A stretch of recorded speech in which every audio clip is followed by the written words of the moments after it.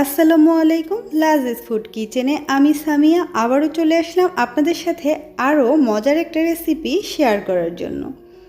আজকে আপনাদেরকে আমি করে দেখাবো খুবই ভিন্ন স্বাদ আর দেখতেও ভিন্ন রকম একটা মজার পিঠা, আর সেটা হলো কদম পুলি। যেহেতু এটা কদম ফুলের মতো দেখতে, তার জন্যই এটার নাম দেওয়া হয়েছে কদম পুলি। খুব সহজভাবে এই পিঠাটা আজকে আপনাদেরকে আমি তৈরি করে দেখাবো। তাহলে চলুন দেখে আসা যাক এই পিঠাটা কিভাবে তৈরি করতে হয়।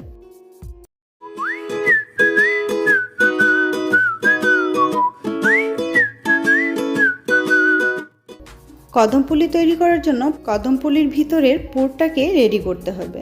তার জন্য আমি একটা প্যানে দিয়ে দিলাম কোরানো নারিকেল, সাথে দিয়ে দিব সামান্য একটু লবণ, আর দিয়ে দিব দুটো এলাচ।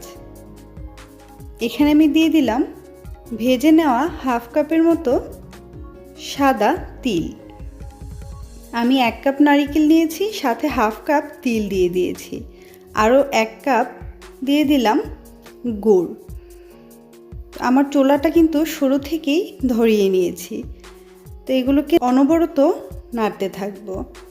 নাড়তে নাড়তেই গুড়টা গলে গিয়ে কিছুটা পানি উঠে আসবে, আর কালারটাও কিন্তু চেঞ্জ হয়ে যাবে। তো এই তো দেখতেই পাচ্ছেন এটার কালারটা কতটা সুন্দর হয়েছে, আর গুড়টা গলে গিয়ে পানিও উঠে এসেছে। তো এটাকে ততক্ষণ রান্না করতে হবে যতক্ষণ না এটার পানিটা শুকিয়ে যাচ্ছে। তো এখানে কিন্তু পানিটা শুকিয়ে গিয়েছে আর এটা রান্নাও হয়ে গিয়েছে। এখন আমি এটাকে তুলে নিব। এটাকে রেখে দিয়ে এখন আমি পিঠার ডোটাকে তৈরি করে নিব। তার জন্য চুলায় একটি হাঁড়ি বসিয়ে এতে দিয়ে দিলাম 2 কাপ পানি। এখানে আমি ভিজা চাউলের গুঁড়ি ব্যবহার করব, সেক্ষেত্রে পানির পরিমাণটা কিছুটা কমিয়ে দিতে হবে। শুকনো চাউলের গুঁড়ি হলে পানির পরিমাণটা বাড়িয়ে দিতে হবে। তো সাথেও আমি কিছুটা লবণ দিয়ে দিয়েছি, আর যখন পানিটা এইরকম ফুটে আসবে তখনই এর মধ্যে আমি দিয়ে দিব চাউলের গুঁড়ি। চাউলের গুঁড়িটা দিয়ে দেওয়ার পর এটাকে আমি ঢাকনা দিয়ে একদম লো ফ্লেমে রেখে 5 মিনিট সিদ্ধ করে নিব। তো 5 মিনিট পর এটা কিন্তু পুরোপুরি সেদ্ধ হয়ে গিয়েছে। এখন এটাকে আমি একটা কাঠি দিয়ে এভাবেই নেড়ে এরকম ডো তৈরি করে নিব। নাড়তে নাড়তে এটা এরকম হয়ে যাবে। এটাকে কিন্তু গরম অবস্থায় মথে নিতে হবে। তো আমি কিন্তু খুব ভালো মতো এটাকে মথে নিয়ে এরকম একটা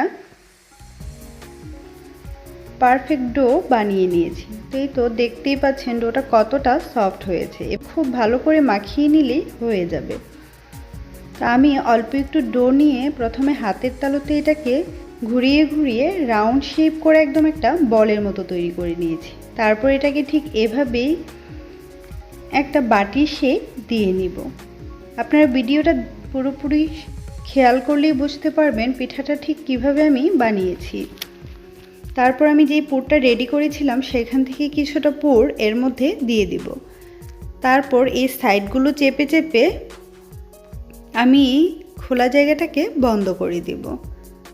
এভাবেই বন্ধ করে দিয়ে আমি আবারও হাতের তালুতে এটাকে ঘুরিয়ে ঘুরিয়ে একদম পুরো বলের মতো গোল করে নিব।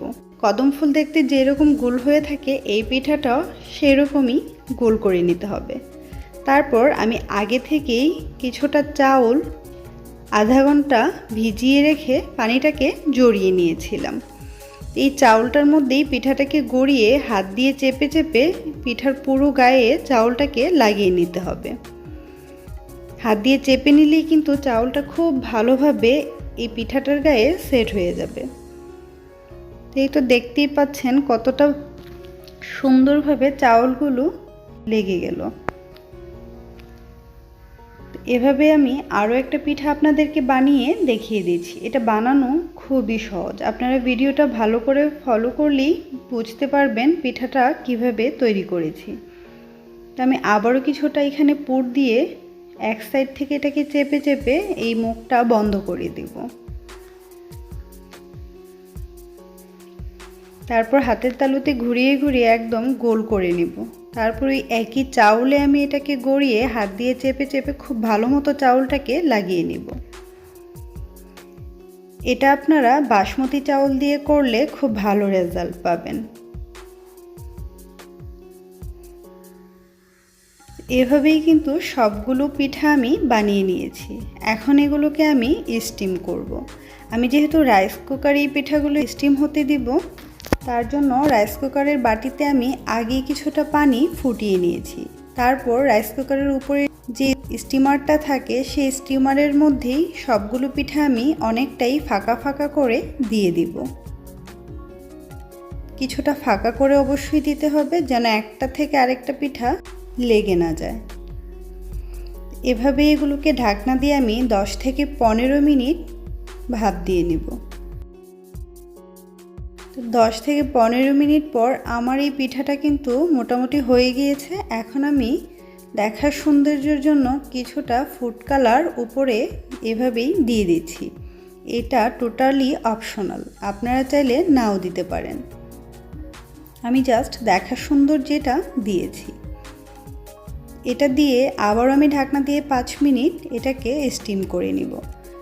তো 5 মিনিট পর এই তো হয়ে গেল আমার কদমপুলি পিঠা। তো একটা চামচ দিয়ে আমি পিঠাগুলো তুলে নিচ্ছি।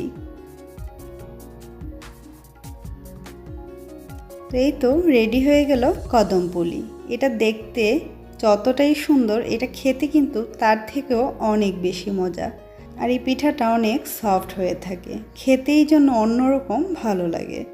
অবশ্যই আপনারা এইভাবে বাসায় ট্রাই করবেন। আশা করছি আপনাদের অনেক বেশি ভালো লাগবে। ধন্যবাদ।